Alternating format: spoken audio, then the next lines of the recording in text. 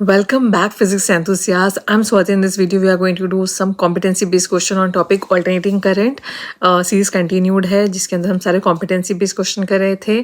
This is the second last video. इसके बाद बस एक तुम्हारा electromagnetic induction बचेगा. Again, interesting questions हैं, बहुत amazing है. So let's begin with that.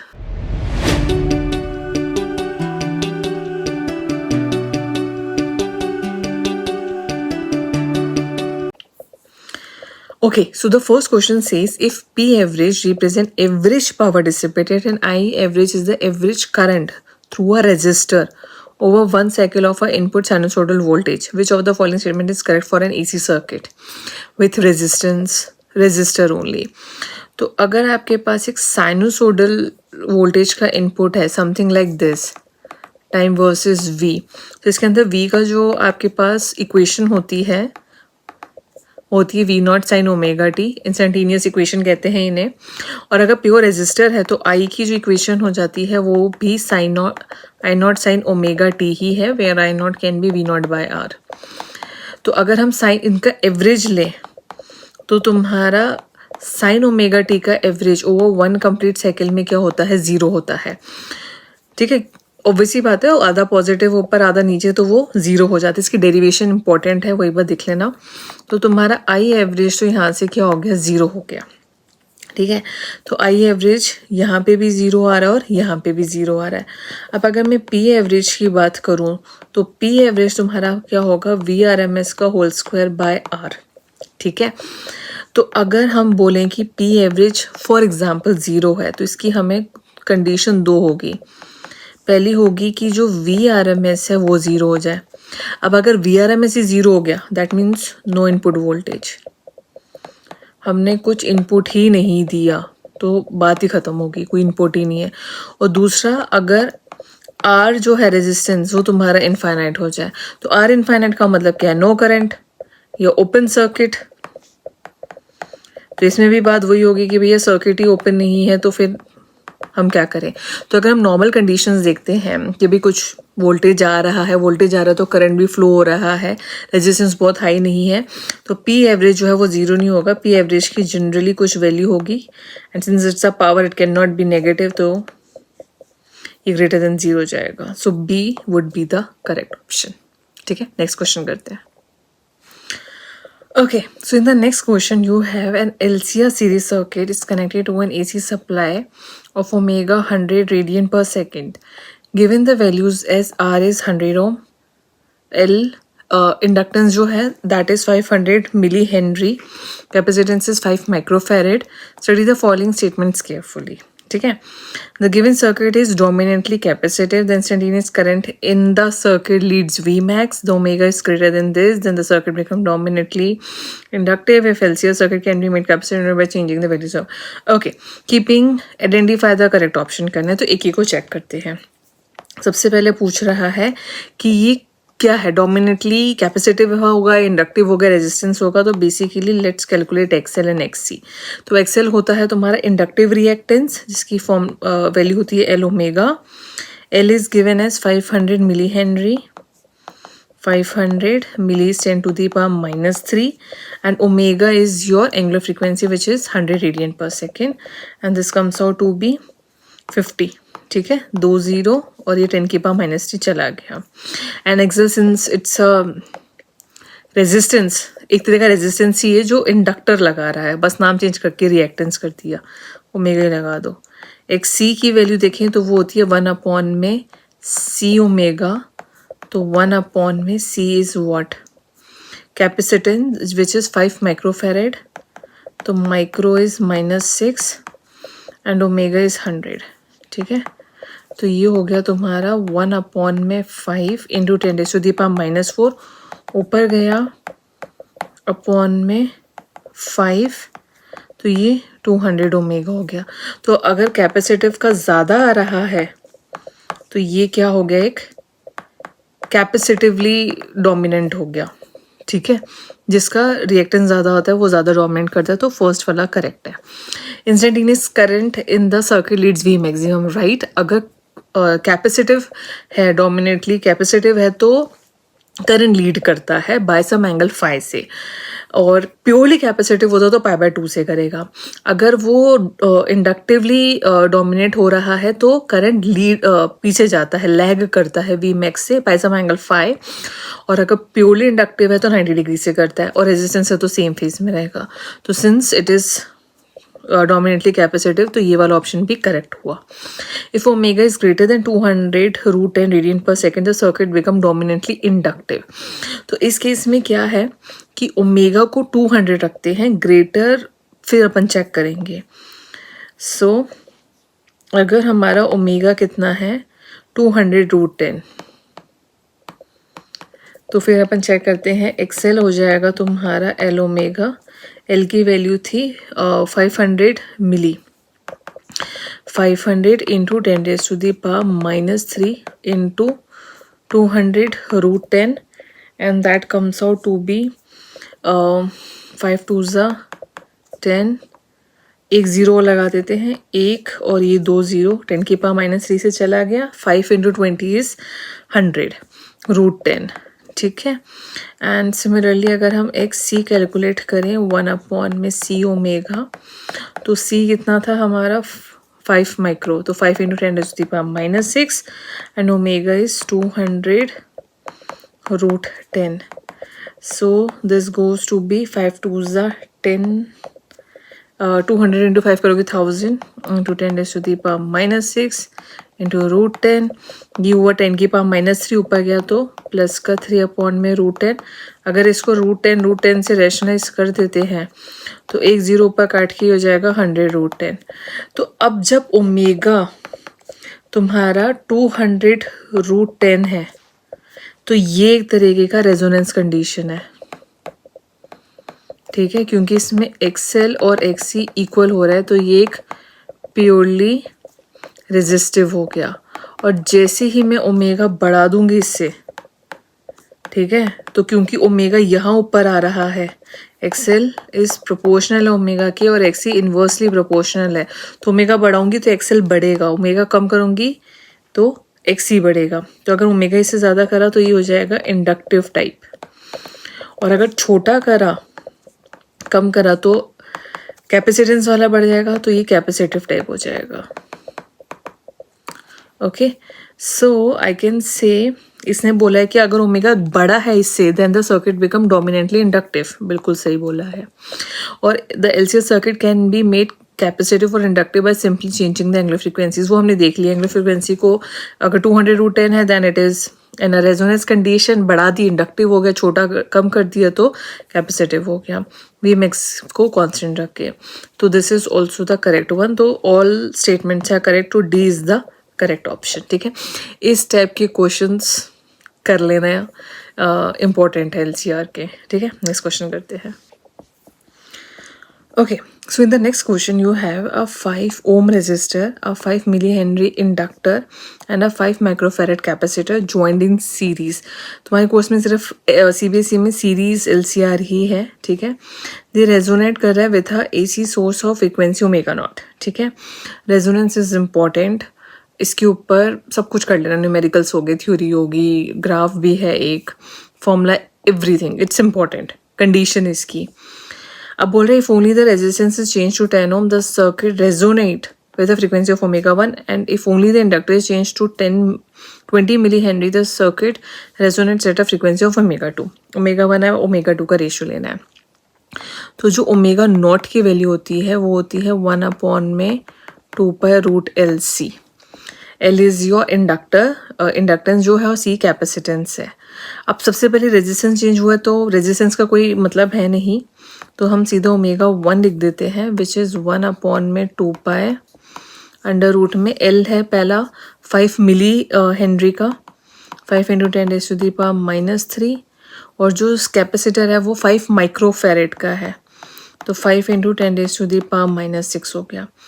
ना ओमेगा 2 अगर हम देखें उसमें बोला है if the inductor is change to 20 milli henry the circuit resonance at a frequency of omega 2। तो इसके अंदर एल चेंज हुआ है which is 20 change to, increase हो डिक्रीज होता तो हम अलग देखते, बट चेंज टू मतलब चेंज होकर ये बन चुका है. C same which is 5 into 10⁻⁻⁶. ठीक है. हमें रेशो निकालना है ω1/ω2 का.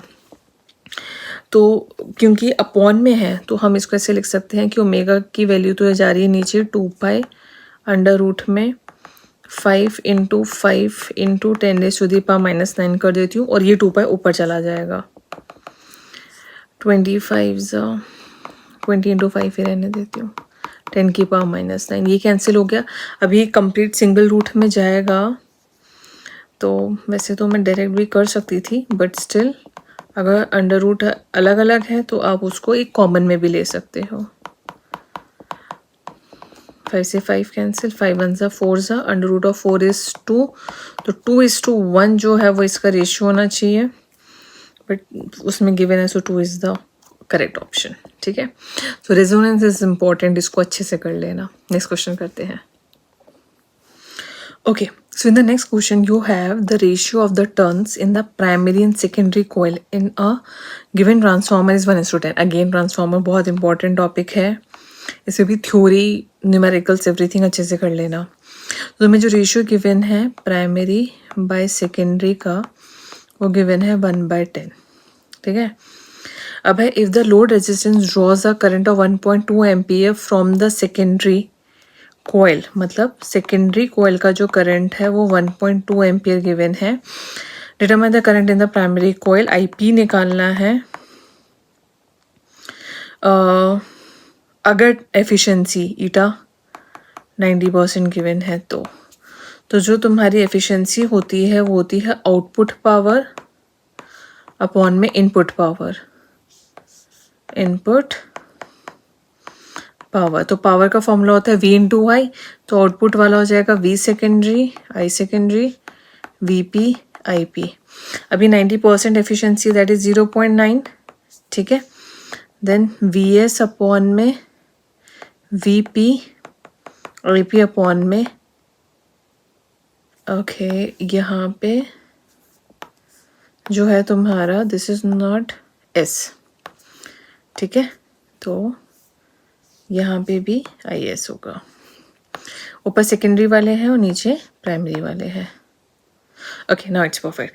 नाउ जो वोल्टेज होता है that is directly proportional to number of turns. So VS/VP is equals to NS/NP और NS/NP इज 10. ठीक है. क्योंकि यहाँ पे ये रेशो 1/10 है तो NS/NP 10 हो जाएगा. तो VS/VP की जगह 10 रखा. IS is 1.2 अपॉन में IP. So your IP is equals to 10 into में 1.2 अपॉन में 0.9. पॉइंट से पॉइंट कैंसिल एंड 3 ज़ा 4 ज़ा 40/3 आ गया. एंड 40/3 इज 3 1 ज़ा 3 एंड 10 3 ज़ा 9.333 ampere. So this is your answer 13.33 ampere. ठीक है. इजी सा क्वेश्चन था, बट ट्रांसफार्मर इज इम्पॉर्टेंट, तो इस टॉपिक को तो अच्छे से पढ़ ही लेना और न्यूमेरिकल्स भी कर लेना. नेक्स्ट क्वेश्चन करते हैं. Okay, in the next question you have given AC power supply has a voltage rating of 80 volts. An LCR series circuit draws a current of 5 ampere when connected to this AC supply. Rating given है. ठीक है. Determine the range of values of the average power that can be delivered to this. तो अगर मैं average power देखूं इन LCR series में, ठीक है, तो P एवरेज की वैल्यू होती है IRMS. वैसे V इंटू आई होती है, वैसे IRMS VRMS into cos phi. ठीक है. phi is the angle between your current, मतलब जो भी सर्किट का करंट है, नेट करंट आ रहा है डायरेक्शन, और वोल्टेज के बीच में. ठीक है.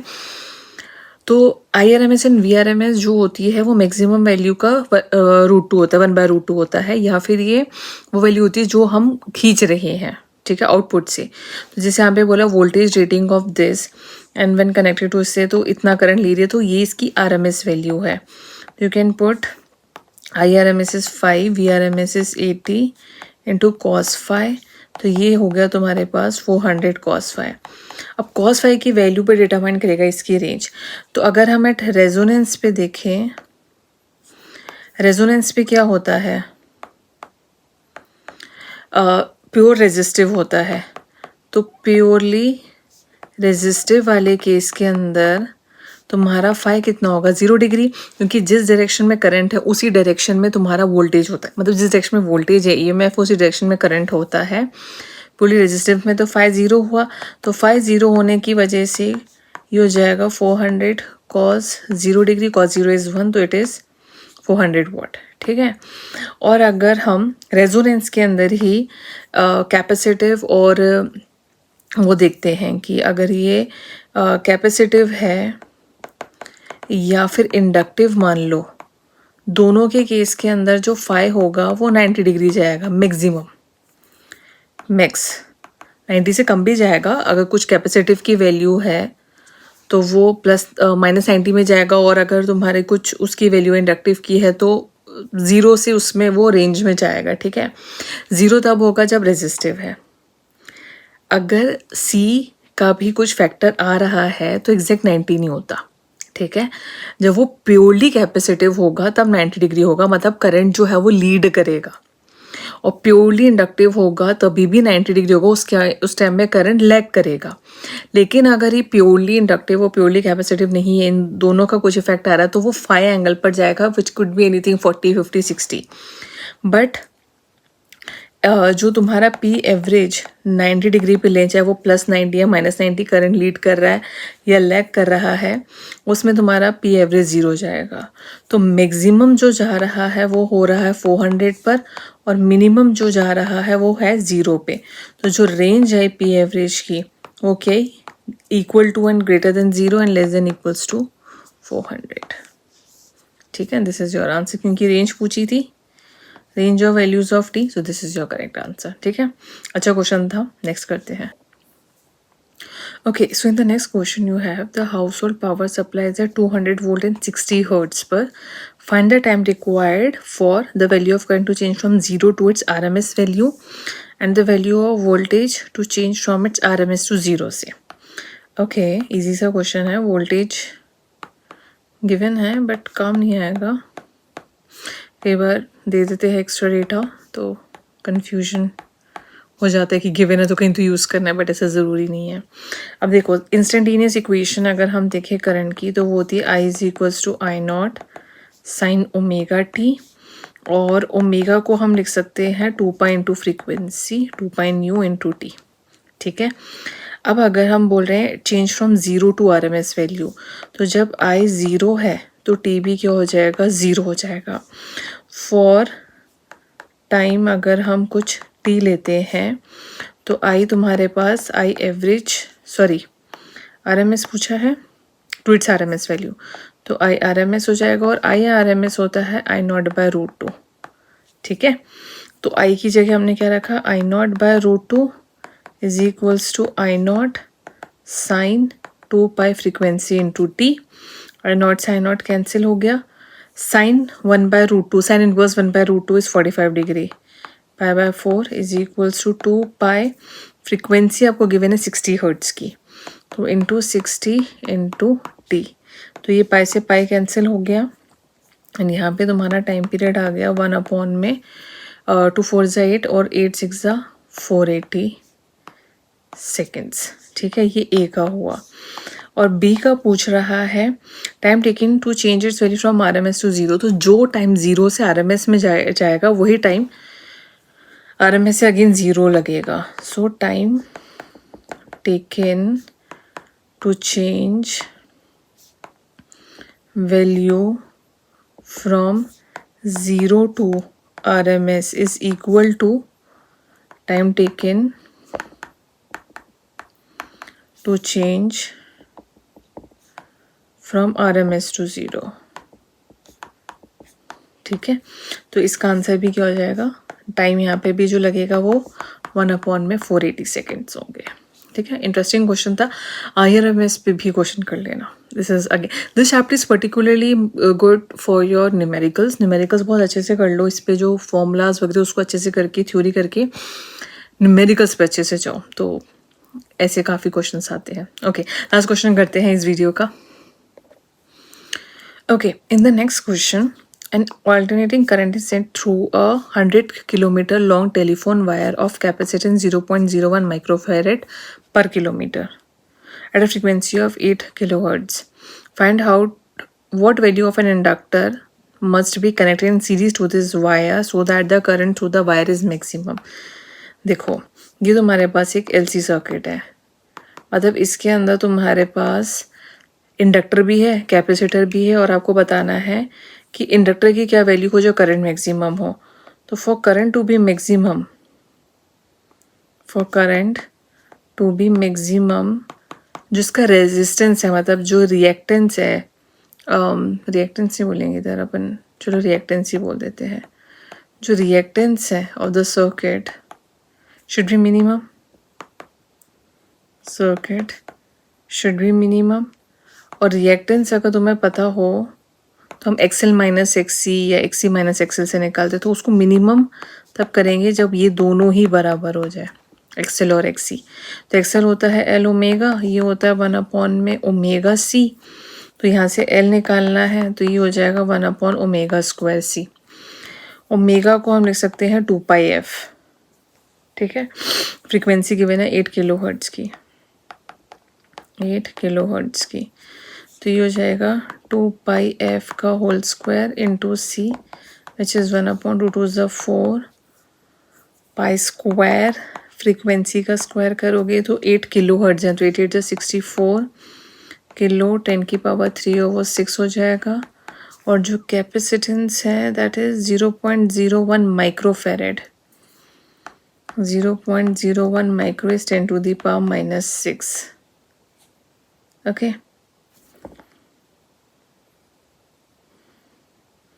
इट इज़ पर किलोमीटर, तो टोटल इट्स 100 किलोमीटर, तो टोटल कैपेसिटेंस को अपन इंटू 100 और कर देंगे। No you have to solve this. Micro ये कैंसिल हो गया, ये पॉइंट के 100 गया, ये कैंसिल हो गया, so it is only 4 into pi square into 64, ठीक है। सो just put the value of pi and everything and you can calculate that. 4 4s are 16, 1/24, 25 pi square Henry will be your answer, ठीक है। So this is all about the questions on alternating current, थोड़ा से ही थे। So next video होगा on electromagnetic induction. So thank you for watching this video and do like and subscribe and share this video with your fellow mates and मिलते हैं next video में।